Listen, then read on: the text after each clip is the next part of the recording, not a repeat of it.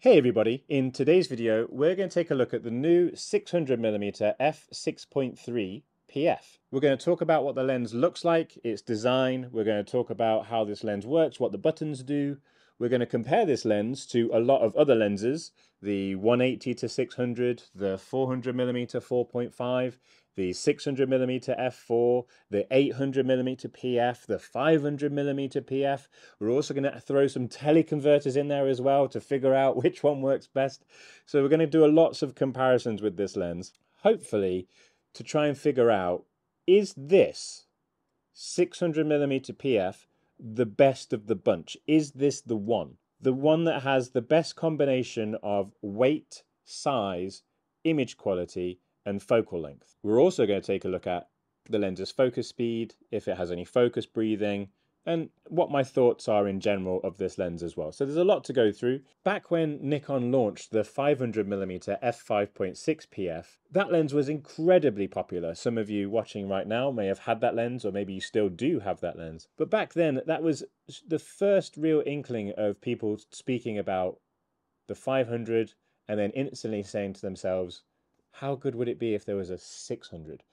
That was one of the big questions I always used to get at that time, is the 500 is great, but are they going to do a 600? Is there going to be a 600 PF? When will the 600 PF arrive? And that was even before Z mount and Z mount cameras were even a thing. That was people still asking for a 600 PF in F mount. So technically, this 600 PF is a lens that's been asked for a number of years. And for me personally, I think that 600 is just one of my favorite focal lengths. It's a focal length that I just really gel with. There are certain focal lengths that I really like, and there are certain focal lengths that I just don't get on with as well. And I think 600 is one of those. So let's talk about this 600mm f6.3. I mean, first of all, it's just incredibly light. When you first pick it up, it is a lot lighter than you think it's going to be, or it's a lot lighter than it looks. There's not a lot of weight to it at all. It's really nice in terms of its weight and balance. It doesn't ever feel front heavy. I'd even say that without a body on it, it doesn't really lean towards the front. I would still say that weight-wise, it sits towards the back of the lens. So even if you do have this with a small body on, whether that's a Z8 or a Z6 or a Z7, you could still use this lens quite happily. There's not a large amount of weight that sits towards the front. It's very evenly spread between the whole lens. In terms of buttons and controls, we have two movable rings. We have a focus ring, then we have this function ring, which is customizable as well. And then lens function buttons wise, we have a lens function button at the back, and then we have a lens function button 2 towards the front of the barrel, which rolls all the way around the lens. So there's 4 versions of that button in different locations. We have 2 switches on the side of the lens, an autofocus and manual focus switch, and then we also have a focus limit switch. The lens does have a tripod collar. Now, the actual collar itself is not removable, so you can't take the collar off, but you can remove the foot. And interestingly, it uses the same foot as the 70 to 200 2.8, the 100 to 400, and the 400 4.5. So it's the same connection, it's the same foot. You don't have to worry about it being a whole new foot or different connection. It's not, but that foot is removable, and it is the same foot as the 100 to 400 or the 400 4.5.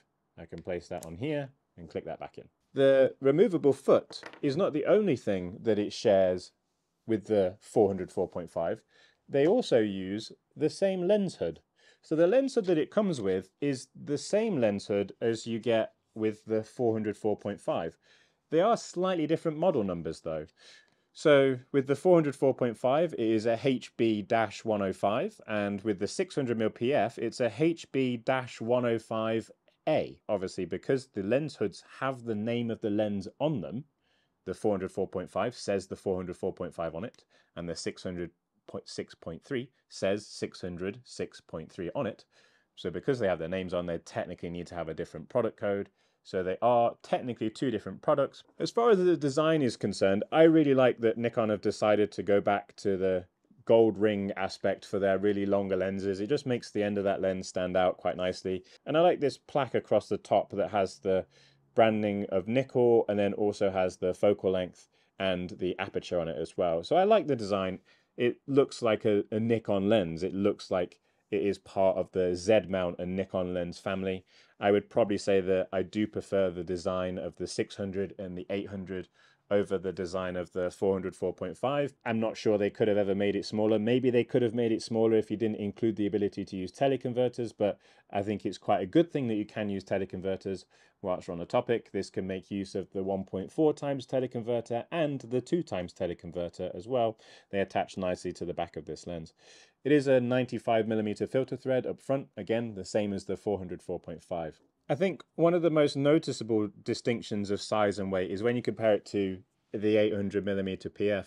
This lens is just an extra bit chunkier, it is that extra bit heavier, but then it is giving you an 800mm 6.3. So I think together they work quite nicely, but does someone need both of these lenses? Maybe not.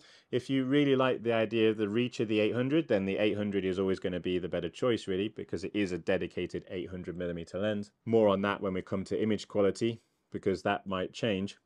And obviously, if you have the 600mm, but then you use it with the 1.4 times teleconverter, that takes it to an 840. So this could be a replacement for this with a teleconverter, and we'll take a look at that later. But they also use completely different feet as well, so you can see the foot on the 800 is way more substantial. It's a significantly different foot compared to the foot that you'll find on the 600 PF. For those of you that are thinking of the 600 PF as a replacement to the 500 PF, they're very similar in terms of size, especially when you include the FTZ, because I'm going to imagine that you are a Z mount shooter. When you include the FTZ, they are very similar in size. The 500mm PF being a little bit shorter, and it's not quite as thick of a lens. When you're holding it, you can feel like the 600 is more substantial. Weight-wise, they're very similar. I'll put the weights up in the corner of the screen just so you know the exact weight. But in the hand, they do feel very similar, especially when you include the FTZ. So it'd be interesting to know what the difference of the weights are between these two. I've been really happy with the way that it shoots, and I've been really happy with the image quality. So we'll take a look at some of those sample images, talk about some of the things that I thought about shooting with this lens, and then what we'll do is we'll go into the comparisons and the image quality comparisons against the other lenses to really figure out if this is one of the sharper lenses of the collection, or maybe it's one of the softer lenses of the collection. We'll find out. This first sample image was taken during an incredible sunrise. That's what gives this shot its amazing colour, the reflections in the water. I've done very little editing to this shot, it's mainly shot as is. Now, in terms of kind of composition, this was taken from a very high altitude, and that's what allows me to have the horizon line very high up towards the top of the frame. We can see that we get wonderful layers between the trees, the lakes, patch of snow in the middle of the frame, which just adds a pop of white.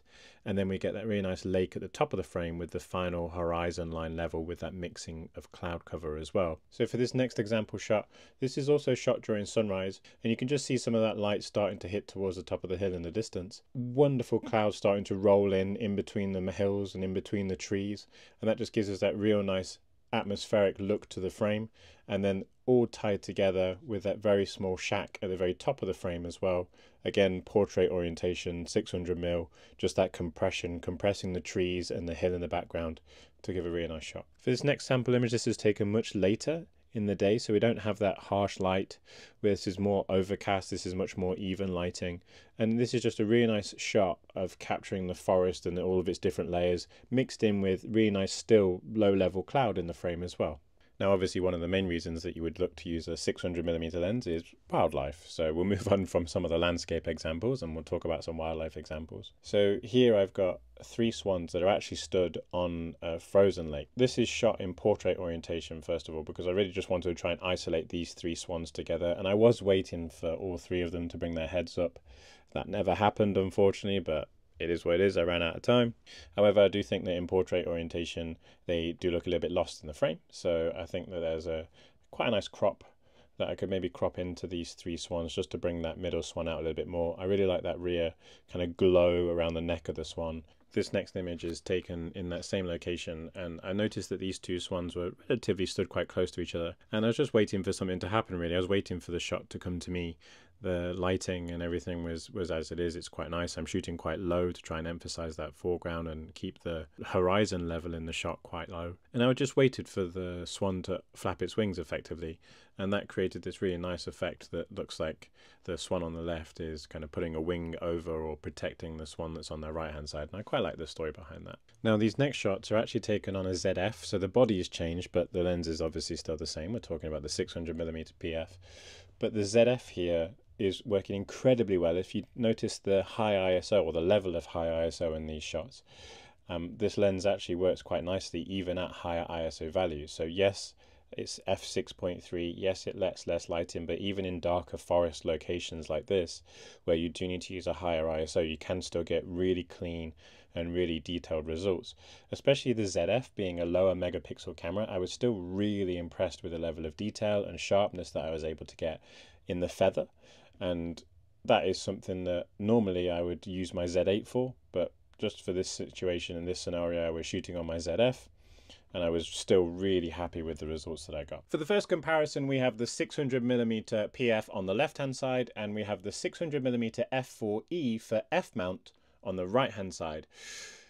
Now first things first, image quality wise, I think that the PF is slightly more contrasty and is also a hair sharper than the F mount 600mm F4, which you would expect. It's the newer lens. The 600mm F4 has been around for a long time now for F mount, so it is starting to show its age. It's also significantly larger and heavier. What would need to be talked about is the fact that the 600 F4 at F4 is going to let in a lot more light than an F6.3. So any differences that we see in image quality here could be negated by the fact that the F6.3 would need to use a higher ISO. But realistically, if you're comparing these two lenses, it's going to come down to the sheer size and weight of the 600mm F4. It is a lot bigger than the PF Z mount 600mm 6.3. Next up, if we take a look at this comparison between the 600mm PF on the left hand side and the 500mm F mount PF on the right hand side, I first of all just wanted to show you the images without any zoom applied to them. So this is the difference in terms of your size of subject in the frame when you're looking at 600mm on the left versus 500mm on the right. So you can see that that 600mm does make the subject quite noticeably larger in the frame, just allowing you to get in closer to that subject, and also removing some of the other distractions in the background as well that aren't in the 600mm frame. And then when it comes to their image quality, we're zoomed in here at 200%, and you can just see straight away that the 600mm PF is the sharper, better quality image over the 500mm PF. The 500mm PF lens has been a fantastic lens for a number of years, but it has been around for a number of years and it's starting to show its age when it comes to things like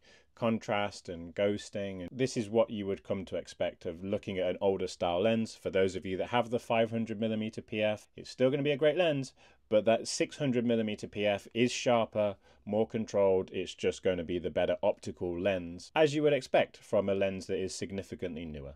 We then have a comparison with the 600mm PF on the left and the 400mm f4.5 with the 1.4 times teleconverter on the right, taking it to 560mm. And as you would expect, the difference between 600mm and 560mm is marginal. So in terms of size of subject in the frame, very similar.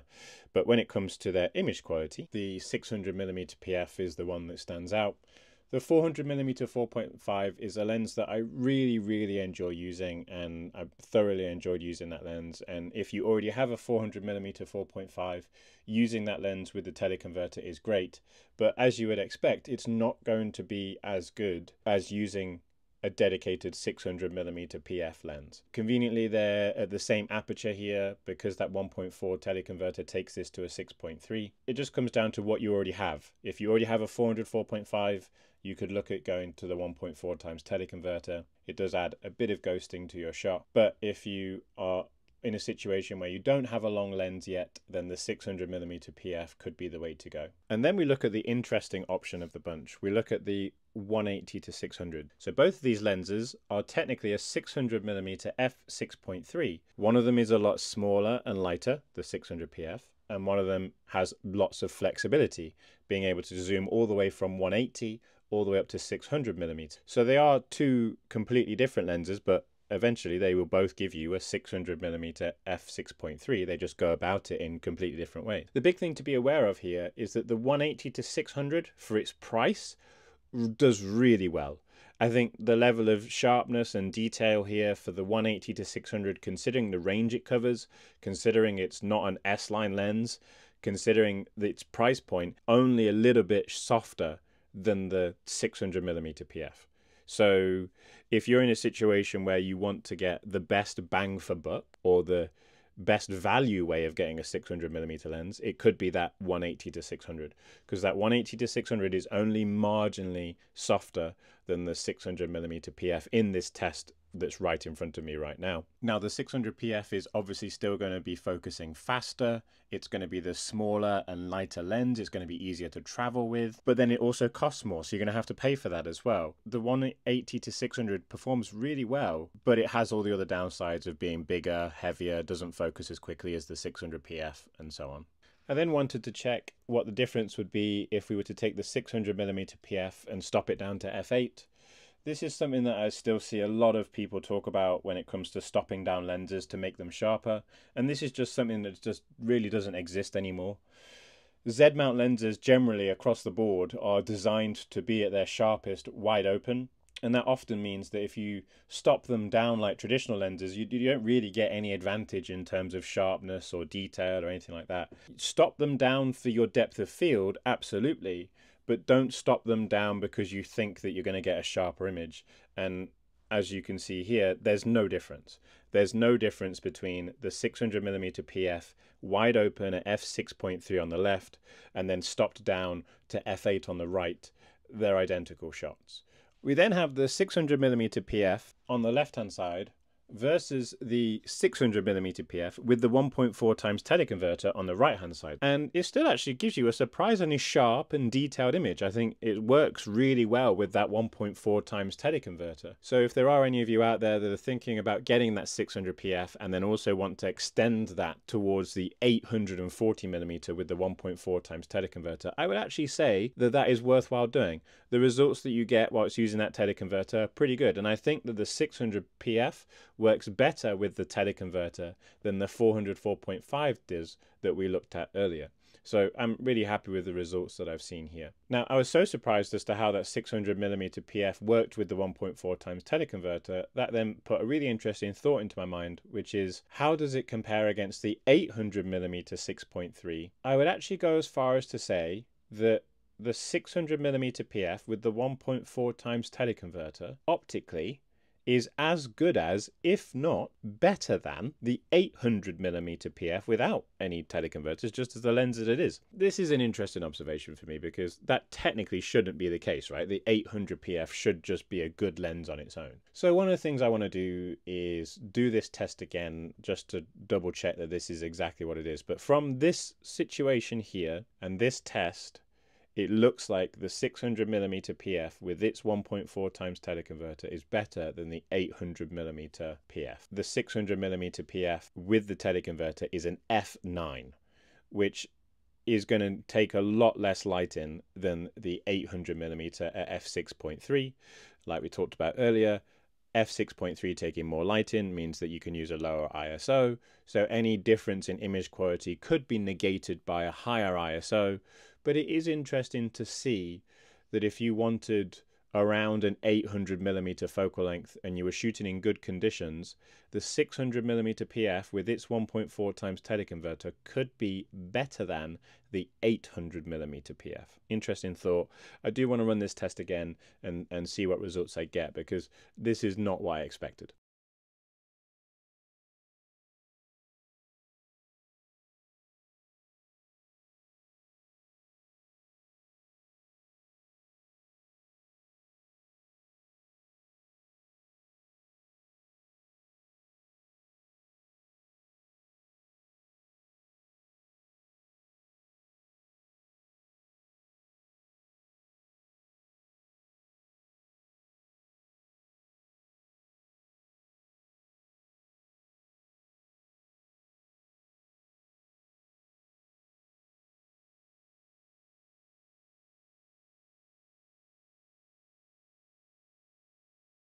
All right, I hope you're still with me.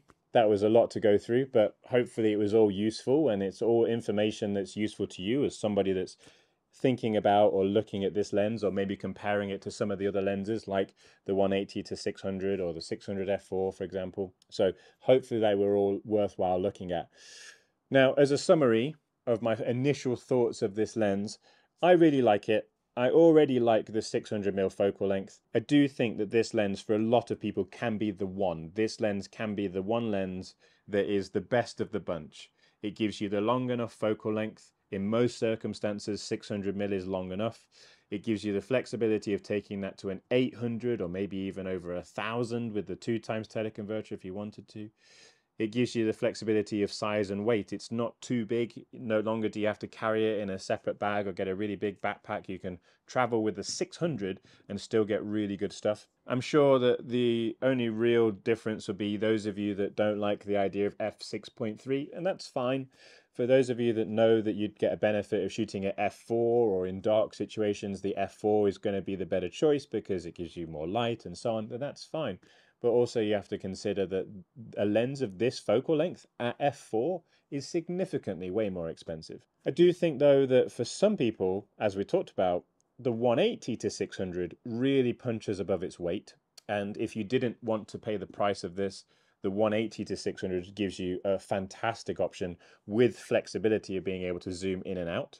Still gives you the same focal length, still gives you the same aperture, but it's just a little bit heavier and it's a little bit bigger. I think the surprise of the comparison is the 400 4.5. I think the 400 4.5 does really well when used with the teleconverter to get close to the 600. And for size and weight, it's incredibly light. There's not much to it. So for somebody that likes the idea of shooting a little bit shorter focal length, like a 400, and then they only maybe need the 600mm focal length every now and again, this 400 4.5 is perfect. Hopefully those comparisons have been good to look at, giving you a bit more insight into what I think about this lens. I really like it. It's definitely going to be a lens that I'll use in my kit, and you'll see me shooting with this for a couple of years to come. Got some really exciting things that I want to shoot with this already, so keep an eye out for that. If you have any questions about this lens, then please do let me know in the comments below. As always, I hope that you found this video useful. Please do let me know if you do have any questions. I'll try and get back to as many of them as I can. And thank you so much for watching. It really means a lot to me. Goodbye.